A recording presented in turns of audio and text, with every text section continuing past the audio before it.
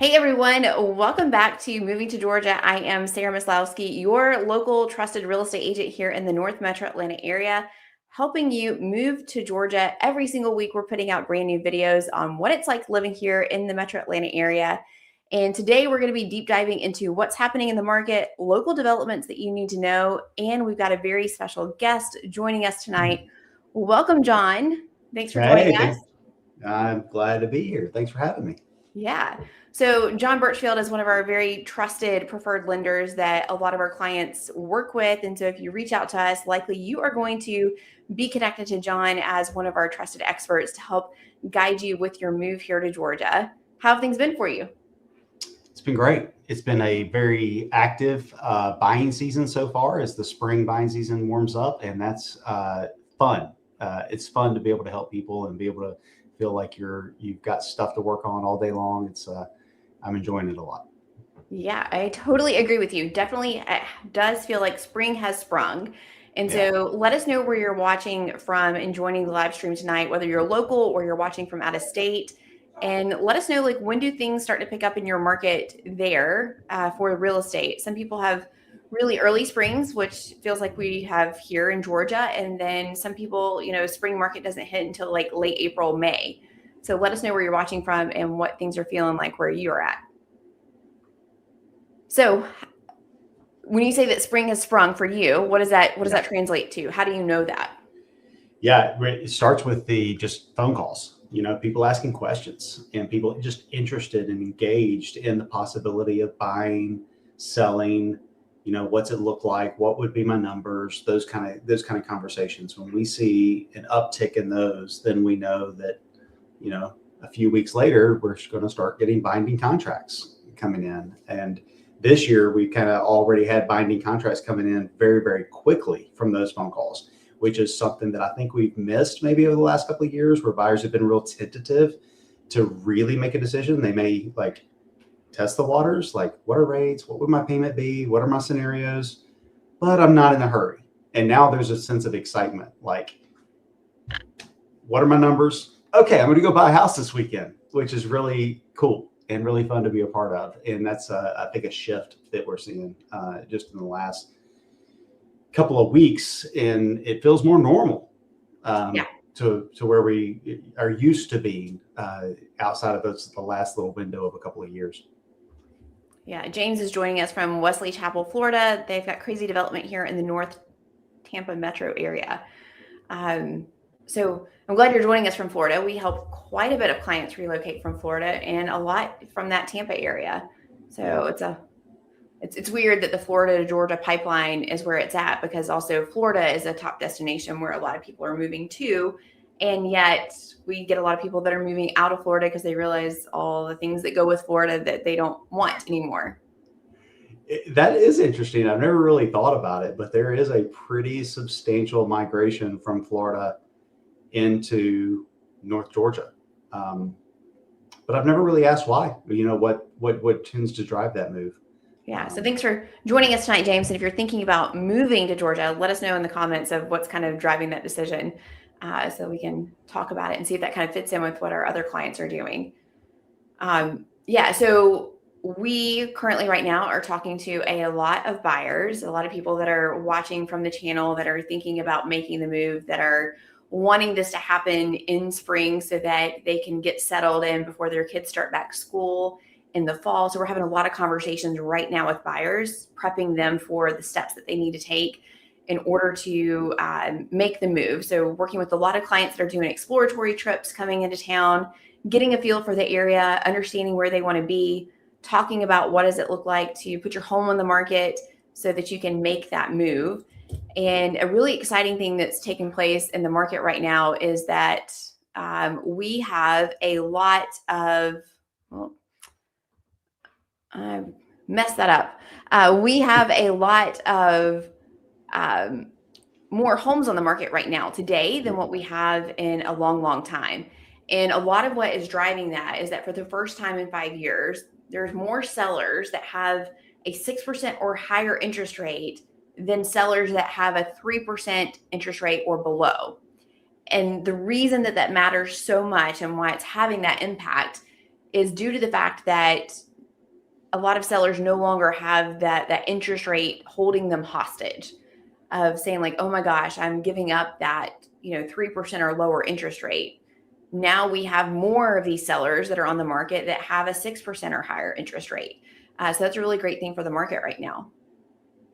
Yeah, it's kind of balancing things out. And those guys are really motivated to sell because they're probably going to finance their new home at a lower interest rate than what they have on their current home. So they may be able to move up, maybe put a large amount of money down from the equity in their existing house and get a lower rate. So it's going to win-win-win for them in the move. Yeah, so if you're joining us on the live stream tonight, welcome. Let us know if you have any questions about making a move, questions about interest rates and buying a house. John is your go-to expert, and that's why we have him on the live stream tonight to talk about it and help us navigate everything that there is to know. So with that, the age-old question, what are rates doing right now? Where are they at? Yeah, great question. So last week, the media really published the idea that the average interest rates had fallen below 6%, which I think was a great thing because they were. Average interest rates were below 6% last week. The only thing that I'd caution our viewers to understand is that word average, right? That doesn't necessarily mean that the best deal for them is going to be below 6%. Because that takes into consideration government loans like VA and FHA, which usually run about 1/4 to 0.5% lower than conventional rates. And given that, conventional rates, yeah, they're right at 6%, but the average is slightly below 6% because it factors in those government lendings. It also factors in all the folks that have secured a mortgage and chose to pay discount points to buy down their interest rates. So that pulls that average down. That said, yeah, interest rates, awesome. Compared to where we've been for the last 3 years, we are at a low point. And that's really approving that all important affordability index. What are people willing to tolerate for a monthly payment? Because we're basically a point lower than we were last summer. So that's a huge savings for people. Yeah. So I read extrapolated the kind of like the data from that in an article, and it was saying that if you would have been in the market and had an interest rate around 7.25% versus where they're at right now, that you're looking over $330 a month savings every single month if you would have bought then compared to now. Yeah, exactly, and that's huge. Or I can buy or finance $100,000 more with basically close to the same payment than I would have been a year ago. Yeah, that's a really great point. So if you're watching this and you bought a year and a half ago, or you were someone that had a rate in the 7% range, now is a fantastic time to reach out to someone like John and talk about refinancing. Yeah, and refinances are picking up. We've been waiting for interest rates to get right at 6% because you're right. Most of the folks were in the high 6s to low 7s, and we typically want to save a point to make it worth it most of the time. So we're right at that cutting edge of being able to save a full percentage point. So refinances are a hot item. You definitely need to at least investigate, run the numbers, and see if it works for the particular situation. So on the screen right now, I have Mortgage Rate Daily, Mortgage News Daily website. And so they're showing these fixed interest rates, 30-year fixed, just over 6%. Obviously, these things are being driven by credit scores, down payment, all that kind of good stuff is going into that. One question that I have, whenever I was researching a website to pull up here, if you just type in mortgage rates online and it'll pull up all kinds of websites. And some of those sites were having, various different lenders, and almost all of them showed rates in the 5% range. Why such a discrepancy between those websites versus something like Mortgage News Daily, which shows, hey, a 30-year fix is 6.07%? Yeah. Well, it could be a couple of things, but primarily it's because the lenders, when they're advertising online, they're going to choose a strategy of a below market interest rate to catch somebody's attention, but not necessarily have to disclose and itemize out all of the cost involved to obtain that rate. And traditionally, we talk about discount points, which is extra money a buyer is paying to buy down the interest rate. But the industry's gotten pretty slick with how they want to advertise these things. So they'll be able to advertise, let's say, a 5.8% interest rate with no points. Well, how can they do that? Because they know what the average loan amount is going to be, and they've just factored in, okay, the average amount of discount points to really buy down an interest rate to 5.8 would be, I don't know, $2,000. So they just add $2,000 of other fees into their mortgage processing. And that's a way of just making it look as if they've got a below market rate when they do the online advertising. Yeah, this is the website that I saw earlier today. It was on Yahoo Finance. And so current rates today, and it's showing like, a 5.32. And that just seems crazy outside the norm of what. Yeah. So yeah. So it's always, don't get fooled, right? Yeah, don't get fooled. If it sounds too good to be true, it is. The biggest misconception in the marketplace, especially for first-time buyers, is that lenders establish what the interest rates are. That's not true. The market determines interest rates. Mortgages are a publicly traded commodity, just like you wanted to go buy Apple stock or Coca-Cola stock, right? It's going to go up and down in price and yield based on the availability of supply and demand for that particular product. And mortgages are no different. They are publicly traded commodity on Wall Street, and whatever the market's willing to pay for a particular mortgage, that's what we as a lender are willing to offer within very tight margins. So if we're all comparing the exact same loan scenario at the exact same moment in time, every lender would be very, very close together. Got it. So one thing that's been kind of on my mind, and maybe a lot of people that are watching, is kind of the conflict in Iran and how that is going to impact mortgage rates, or what could be expected, or should there be anything to be expected as to what's going on, and increase in oil prices and all that good stuff. Yeah. I've been doing this a long time, close to 30 years now. And it used to be that whenever there was any kind of geopolitical mess going on, that there would be a flight to safety, is what the industry called it. Money all over the world would flood into U.S. markets for fixed income securities because it was a safe place to hide money. And that included mortgages. So we would see interest rates go down when you had some type of turmoil in the market, in the world. That's becoming less and less of the standard. In fact, this was the first time that I can remember, I'm sure there's been others that I'm just not recalling, but where there was a major disturbance within the world that caused interest rates to go up. We did see interest rates go up about 1/8 to almost a full 1/4 of a point from Friday to today, solely because of what was going on in the Middle East. And the reason for that was, one, oil. Everything runs off of energy prices. So we're highly concerned with inflation being sticky, and inflation is bad for interest rates. So as oil prices went up, and the concern for oil prices going up caused interest rates to go up. But I think even underneath that, because this was a fairly unilateral decision by the U.S. and Israel, that we rely on foreign governments and foreign banks and foreign finance systems to finance our debt. They are a big purchaser of U.S. treasuries and U.S. mortgage-backed securities. And sometimes when things aren't going the way they would want them to go, they will hold back on those purchases.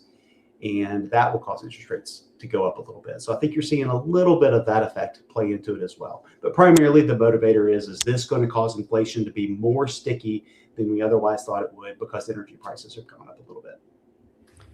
So if you're a buyer out there right now and you have flexibility of time, and you're seeing this play out, what is the move? Are you thinking, okay, I need to hurry up and get into something because things might get worse? Or are you thinking that, okay, the damage is done, the market's reacted, and now it is what it is? What's your magic ball tell you? That's a great question. I think it depends on everyone's tolerance for volatility, right? If a buyer had a home they were interested in and they really wanted to move, and they needed their payment within a specific target, then I'm going to advise that person to lock that interest rate down. Let's get it done, because there is risk to the upside, no doubt about it here. But if they're not closing for quite some time, like maybe they're buying a new construction home and it's 2, 3, 4 months out, or they have a higher tolerance for volatility within their rate and payment, then they might be able to afford to roll the dice a little bit and see if there is some market correction over the next few weeks, as things like this tend to calm down. In the next wars now usually don't last very long. It's a 10-day, 2-week kind of thing, and then things calm down. So we'll see how this plays out. But if that were the case, then markets would likely normalize and go back to more fundamental trading type stuff, which pushed interest rates into that 5.8 range. Got it. We've got Yvette watching from Lake Helen, Florida, and she has friends in Houston and Decula, and she's looking to live closer to them as she's nearing retirement. So those are great areas to be. Yeah, no doubt. Thanks for joining us tonight, Yvette. If you're watching and you have any questions or opinions or anything that you want to talk about, let us know down in the chat. So John, you just brought up a really good point, and that is rate locks. So for someone watching that might not know what that is, or when or why, walk us through that. What's a rate lock? So when someone goes under contract to purchase a home, so we have an address, we have a sales price, we know what the numbers are going to be. They have a choice to make. They can choose to lock in their interest rate so that they know exactly what to expect. This is the cost I'm going to pay for my mortgage. This is the interest rate I'm going to pay over time. But they could also choose to float the market, where they just roll the dice. They're gambling. They're looking for potential improvement in that interest rate, in the pricing of their mortgage between now and closing. Now, they would have to lock in probably 7 to 10 days prior to closing, just to give us, the lender, time to finalize all the numbers. But that is a choice they have to make. What a consumer should also be aware of is that rate locks come in specific blocks of time. So you can lock in your interest rate for 15 days, meaning you have 15 days to complete the process and fund your loan. Otherwise, your rate lock would expire, or 30, 45, 60, 90, and so forth. The longer you ask the lender to lock in the interest rate, the more you're going to pay, right? So that becomes part of the game. If you have the capacity for volatility, like I mentioned earlier, you might float it to get closer to your closing date so that you don't need as long of a lock, which in and of itself, if the market stayed exactly the same, would, in theory, provide you with a lower cost mortgage. But we're talking tiny variances between like a 15 and 30-day lock, and even 30 to 45. Now, once you go beyond 45, so this is kind of new construction people, right?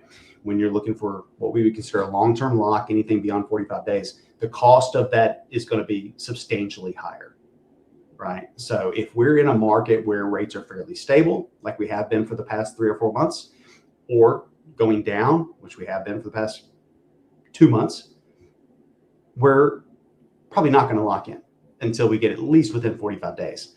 Because even if rates stay the same, you're going to get a better deal just because we got closer to your time frame.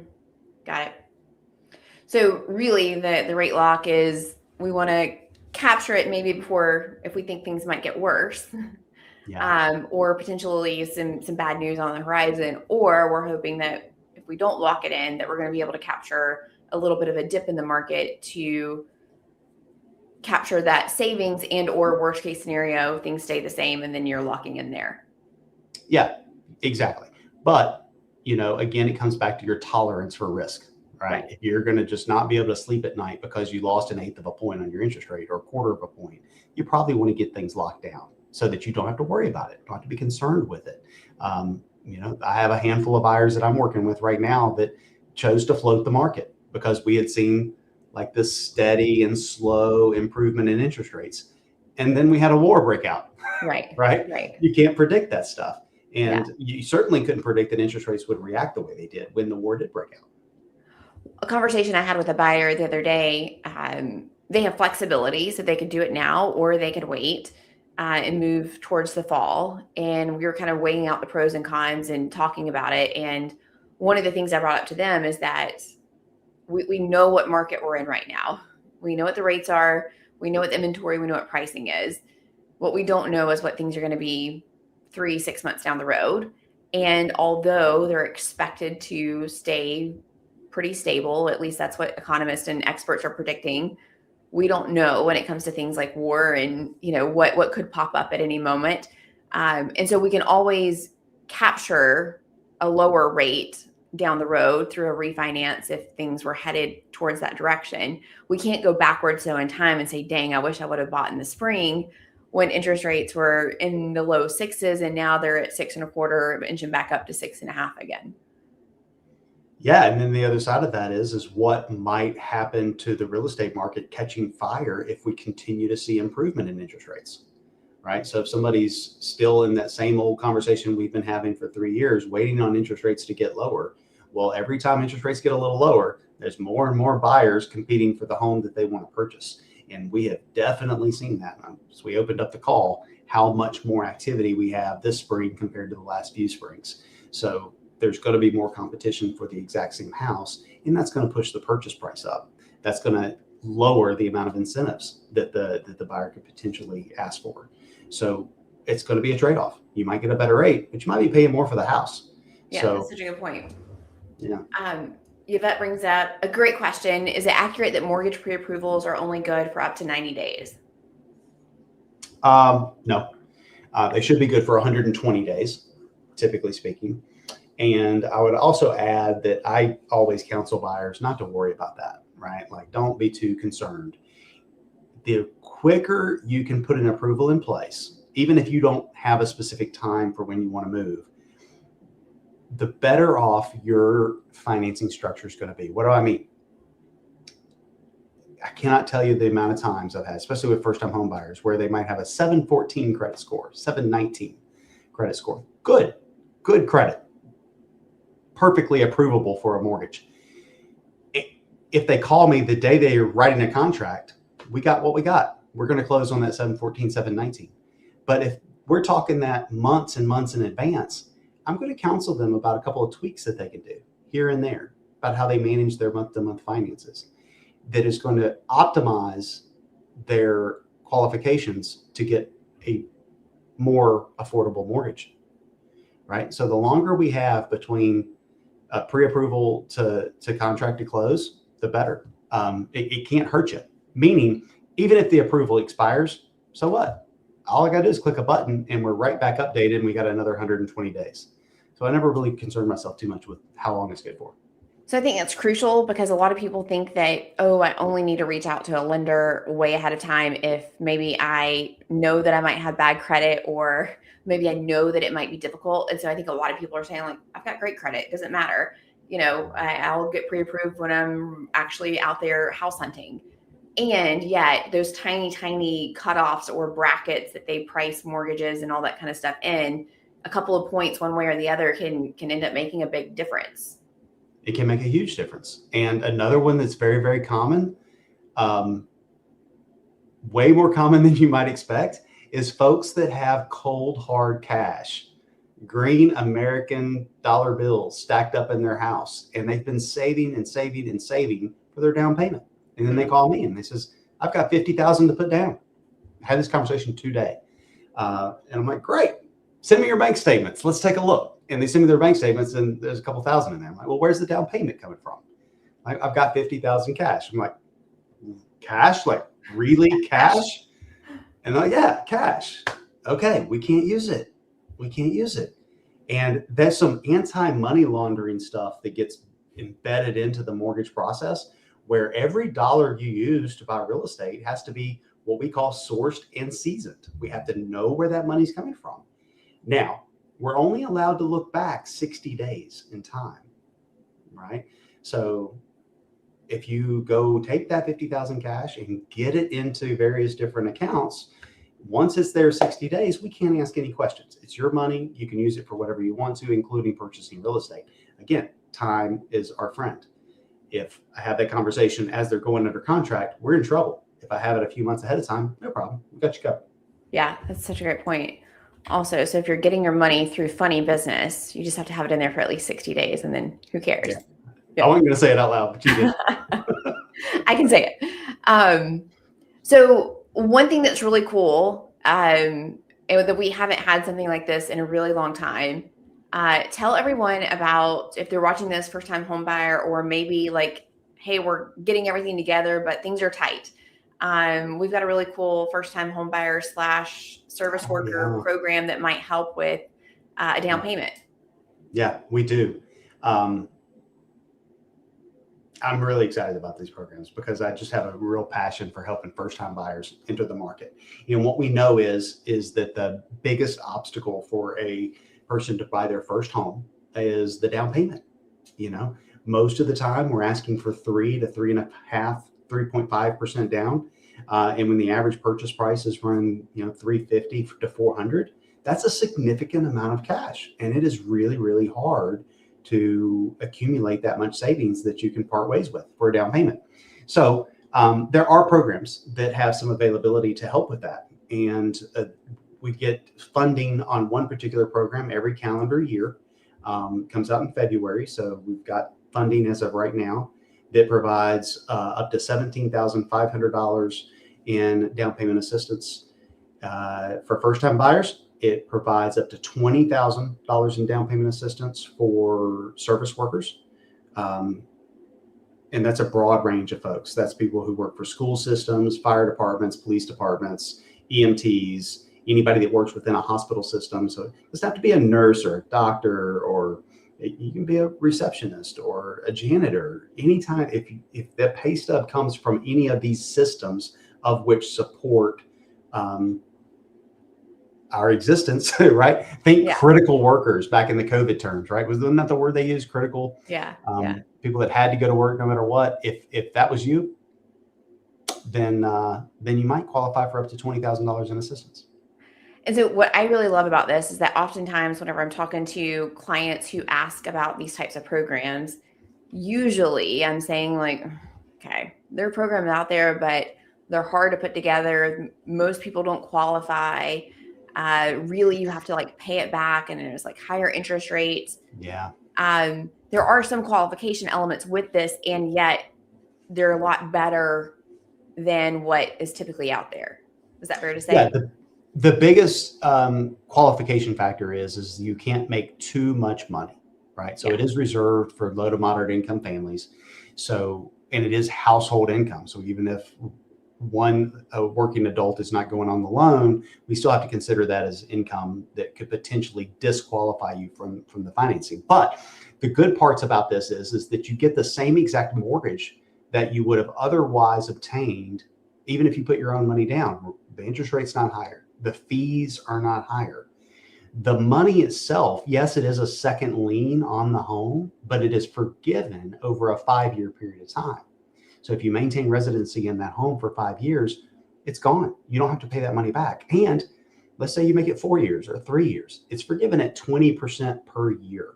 So it's starting to fall off even from year number 1, where you wouldn't have to pay the whole thing back, even if you don't make it to 5 years. So it's a very, very attractive product that really has no downsides for people who do qualify. Yeah, that's so good. Yvette asked if I ever sell in Cobb County, and thanks for the thank you. Yes, I do help buyers over in Cobb County. My mom and sister and grandparents live there, so I always love the opportunity to get over there and do a 2-for-1, help buyers, and then I always go see my family. So it's a great area to be in, and lots of great options over that way. So yeah, great question. So if you're watching this, joining us, have questions about where to live, what's going on in the market, questions for John, go ahead and drop those in the chat so that we can get those answered for you. Let me know where you're watching from. How are things where you're at? One thing that kind of snuck up on me the other day as an agent, and this hasn't happened in a really long time, I was representing a seller, and we had her home under contract, and she, the closing attorney was having a really difficult time getting the mortgage payoff. Long story short, come to find out, the seller was in pre-foreclosure and did not disclose that, or that never came up as a question. And so they were trying to get a mortgage payoff from the wrong department, and it needed to be from a different department. And so it kind of delayed closing for a little bit.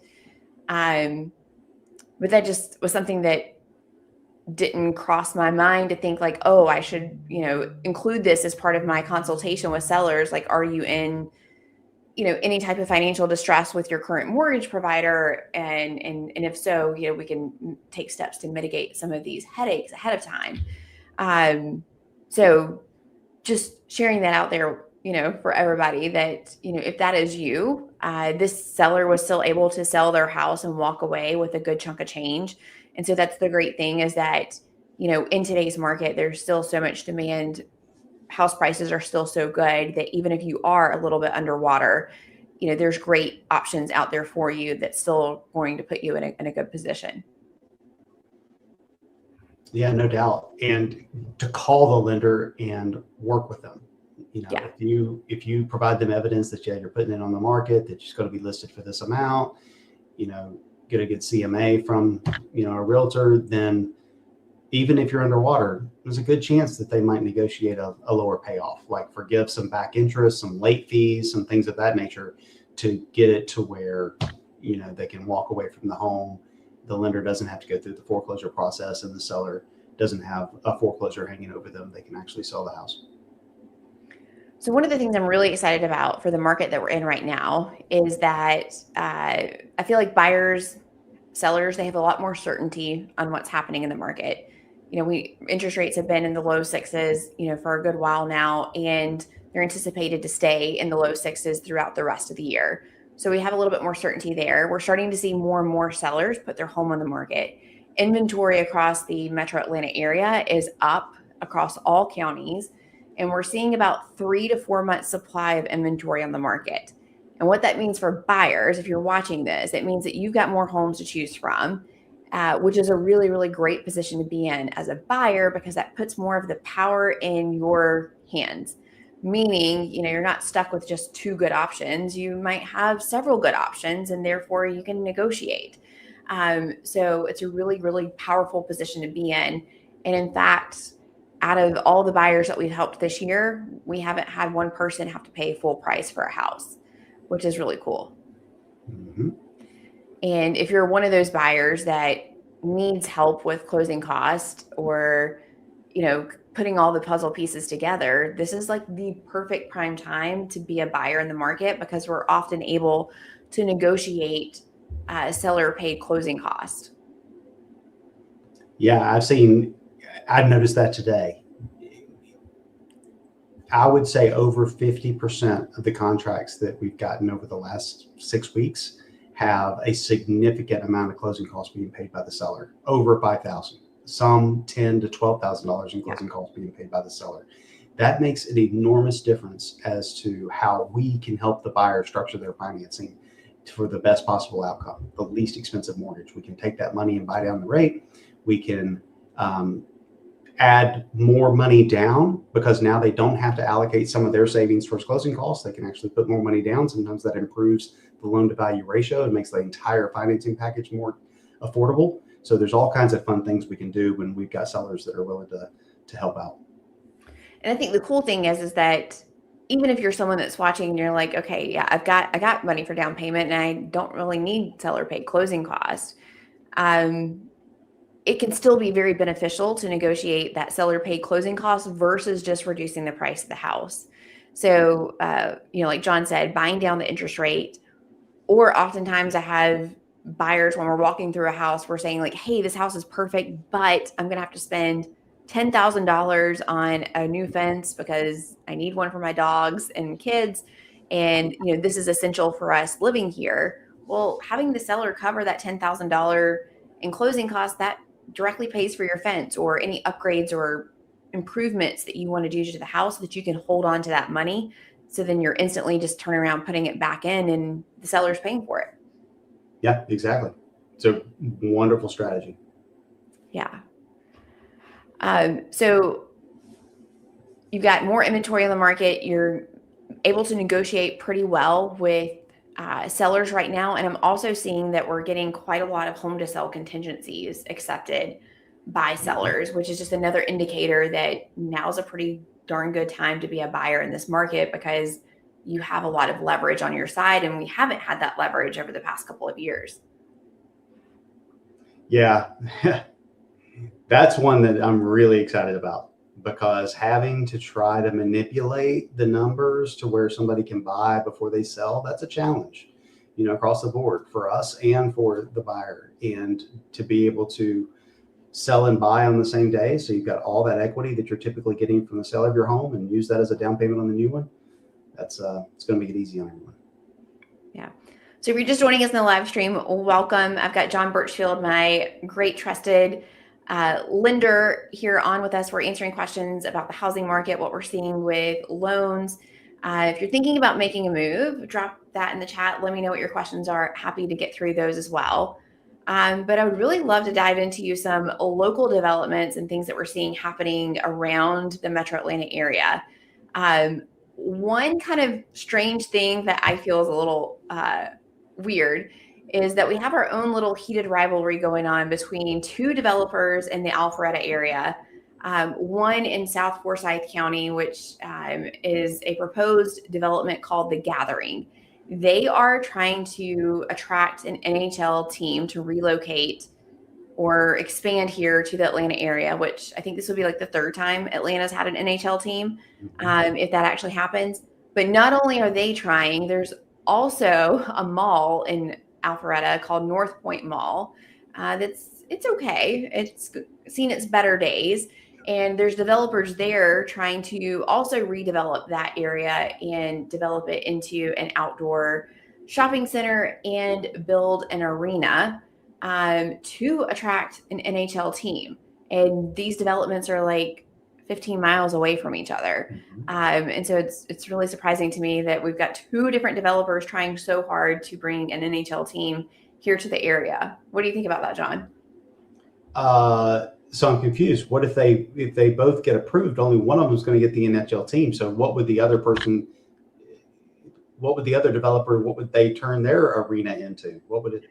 Yeah. So the Gathering in South Forsyth, it's my understanding that they're building this arena, and it'll be like a concert venue, all that type of stuff. But the funding or the backing of the county is only dependent upon if they get the NHL team to make the commitment, because that's going to be a huge economic driver of the area. And so obviously you can't have two NHL teams within 15 miles of each other. So one of these developers is going to win, possibly. Like, the NHL has said they're open to an expansion, but they haven't really expressed interest in the Atlanta market. I think they've taken quite a few meetings with both of these developers, but it'll be, definitely interesting to see if one of these ends up sticking. Okay.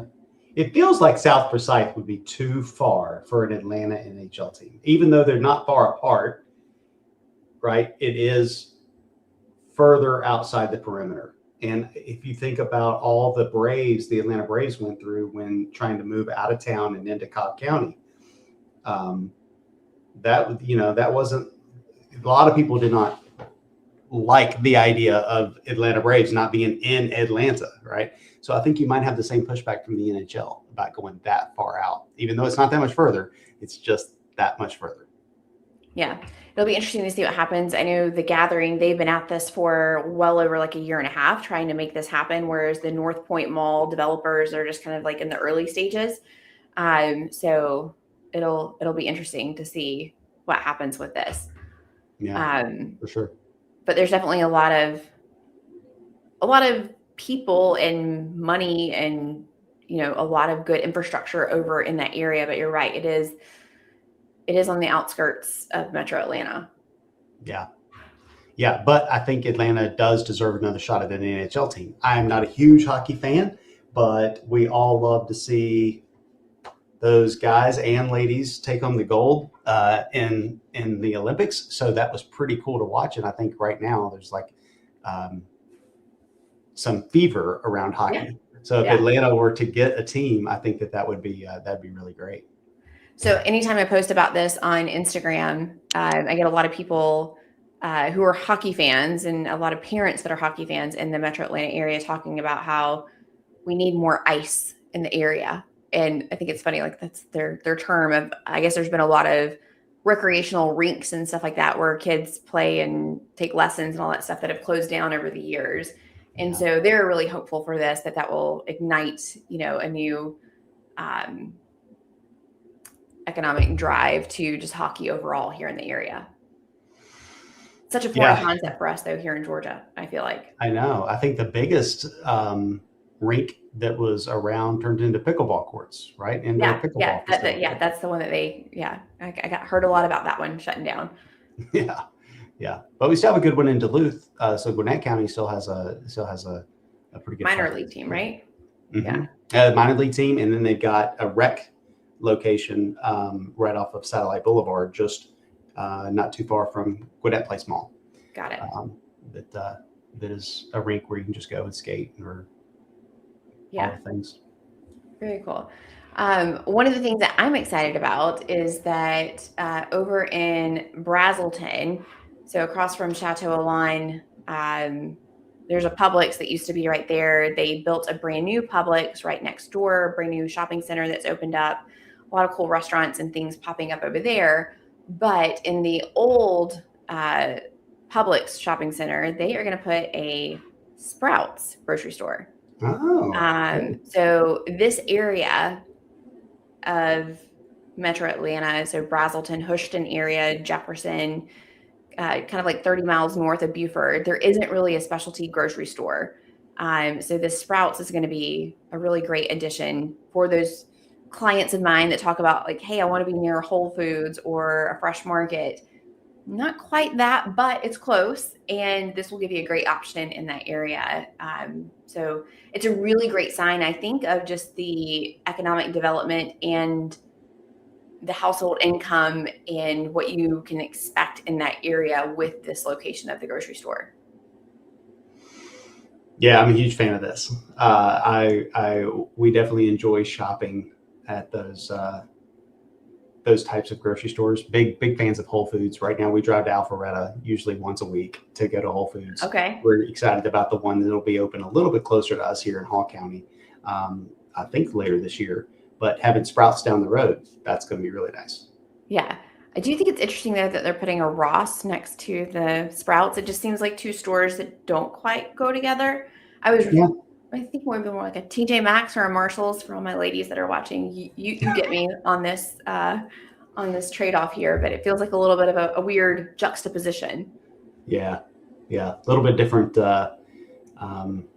price point of things that you would think of. Yeah. And I'm really excited. Towards the end of the year, they're supposed to start redeveloping the Lakeshore Mall here in Gainesville. John and I both live in Gainesville.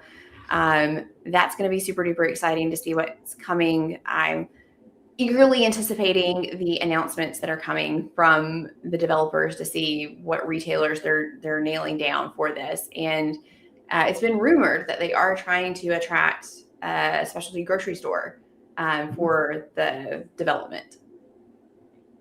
That would be, I have not heard that. I've heard about the Lakeshore Mall redevelopment, and I am as well super excited. I think it's going to do amazing. There is such a huge community that is underserved, in my opinion, from that style of retail, mixed use kind of development where you can shop and play and eat and, spend the day without having to drive 30 to 45 minutes. So it's really going to be a pretty neat thing. I'm excited about it.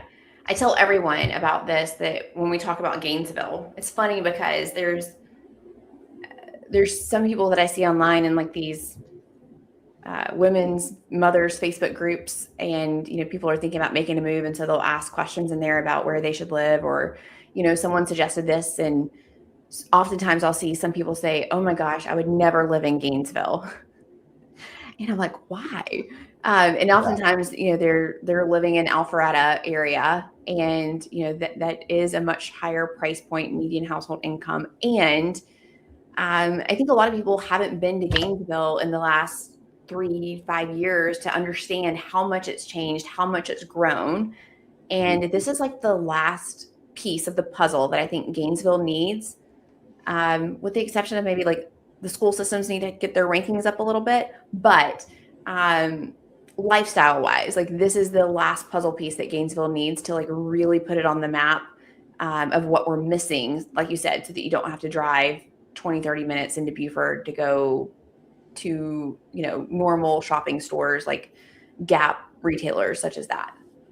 Yeah, well said. I heard the same things. Even when I moved to Gainesville, and I told people, they're like, Gainesville? Who would live in Gainesville? And I'm like, have you been to Gainesville lately? And I've now been here for 6 years, and it's just changed. I mean, just enormous change in the downtown area and the developments and how much cool things there are to do and see and eat and have fun in the area. So it's changed a lot. But yeah, it's just, I think old Atlanta metro folks that have been here for a long time, Gainesville was that chicken plant place out there, right? And that's just what it was. It's not that anymore. Not at all. Yeah. I distinctly remember being downtown about a year ago on like a Tuesday evening. I think we were maybe going to Atlas Pizza, and there were so many people out on the square, just walking around, sitting outside, having coffee, having a drink. And I was like, what are all these people doing? Like, it's a Tuesday. But that's how the square is all the time now, because you've got so many great restaurant options, and the community just really takes advantage of the space because there's been a lot of development happening down there, and a parking garage, and there's some more restaurants that are on the horizon that are about to open in the next, couple of months, which is going to make it even better. So it really is a cool, special place. Yeah, the greenways, the way they've connected the parks where you can walk through downtown, through the square area. Yes. Last Sunday, it was Saturday, we took our granddaughter to one of the parks right off of downtown. I forget the name of that particular park, but it was packed full of young families, and the Nofo Brewery is right there. So the adults, the dad would walk over, grab a couple of drinks, come back. The adults were hanging out in the grassy area, getting to know one another, but all the kids played on the playground. It was just a wonderful scene that I really enjoyed being there. And I was really like, this is a cool place to live. Yeah. And not to sell you on Gainesville anymore, but one of the things I think is really special about it is, as you're driving through Gainesville, sometimes you'll just come across a road, and then all of a sudden you have a glimpse of the mountains and of the North Georgia mountains. And that's just so special to me, to be able to see that scenery. And you don't really get that in any other town around. Maybe in some parts of Cumming, you might be able to get glimpses of that, or Dawsonville. But to have everything that Gainesville has, and to be so close where you can see the mountains sometimes, I think it's really cool. Yeah, there are some of the most amazing hikes within a 30 to 45 minute drive, with Yona Mountain, Preacher Rock, Blood Mountain. Yeah.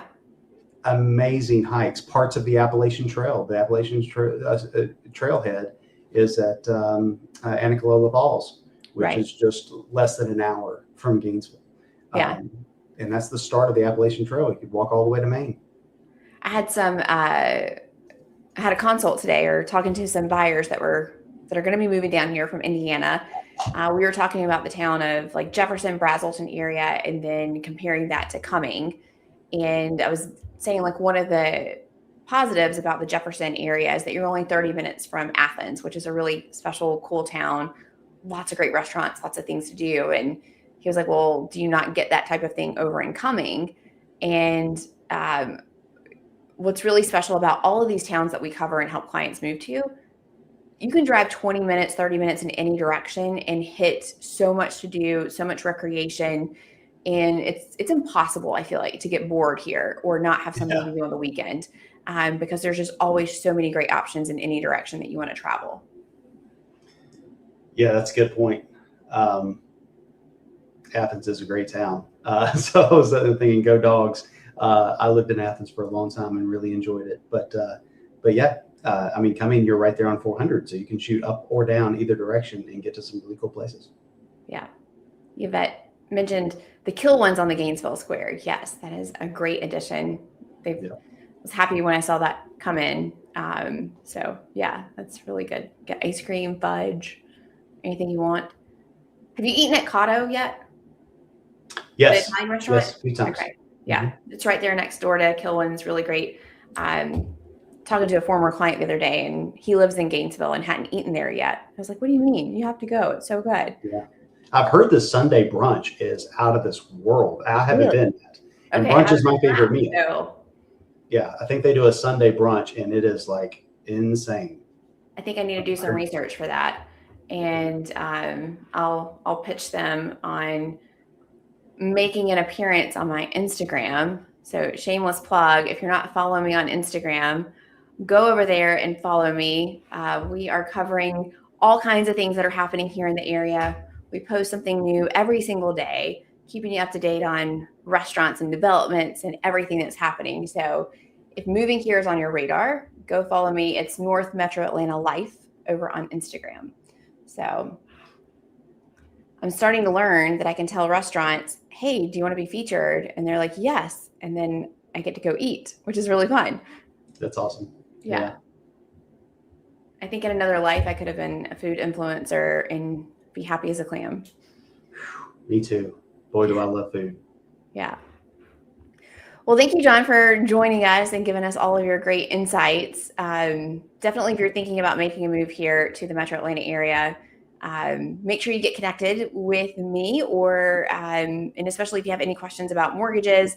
John's licensed in all kinds of states. So even if Georgia ends up not being on your list, we had a client that decided to pivot from Georgia to Alabama. They had already been connected with John, and so he's still able to help and serve them. So make sure that you reach out to me. I'll get you connected with John, and make sure you subscribe to the channel because we put out videos every single week about what it's like living here, letting you know all the good things and the things that you need to know and answering all your great questions. So thanks for joining us tonight. Thanks for being here, John. I really appreciate it. Thanks for having me. This was a lot of fun. I love catching up and love to talk mortgages and talk local stuff that's going on. It's really cool. Yeah, so that link to connect with me is going to be in the description directly below this video. Make sure you're subscribed, and I look forward to seeing you on the next video and our next live stream. Bye, everybody. Bye-bye.